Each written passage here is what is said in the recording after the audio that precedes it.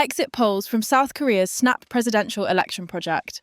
A decisive victory for Democratic Party candidate Lee Jae-myung, signalling a significant shift in the nation's leadership following a tumultuous period marked by a martial law crisis.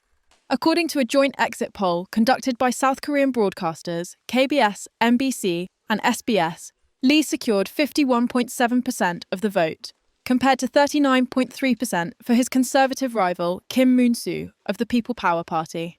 The election, triggered by the impeachment and ouster of former President Yeol in April after his controversial imposition of martial law in December 2020,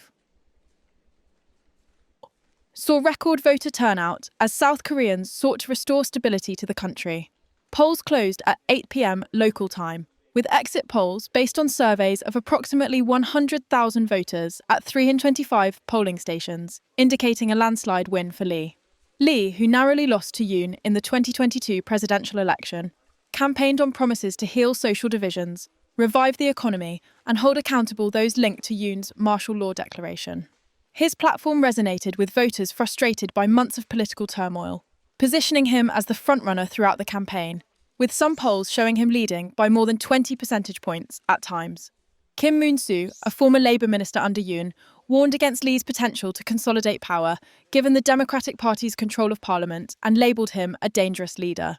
Despite Kim's efforts to distance himself from Yoon's actions, including public apologies for the martial law attempt, his campaign struggled to overcome public discontent with the People Power Party.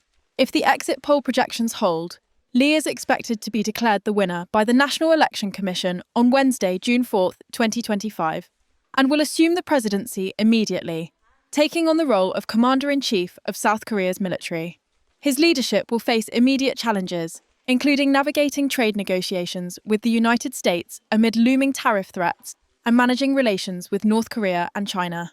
Analysts note that Lee's victory could reshape South Korea's foreign policy and domestic agenda, with a focus on economic recovery and addressing the political polarization exacerbated by recent events. However, some experts express concern about Lee's ability to unify the nation, given his polarizing reputation and ongoing legal battles.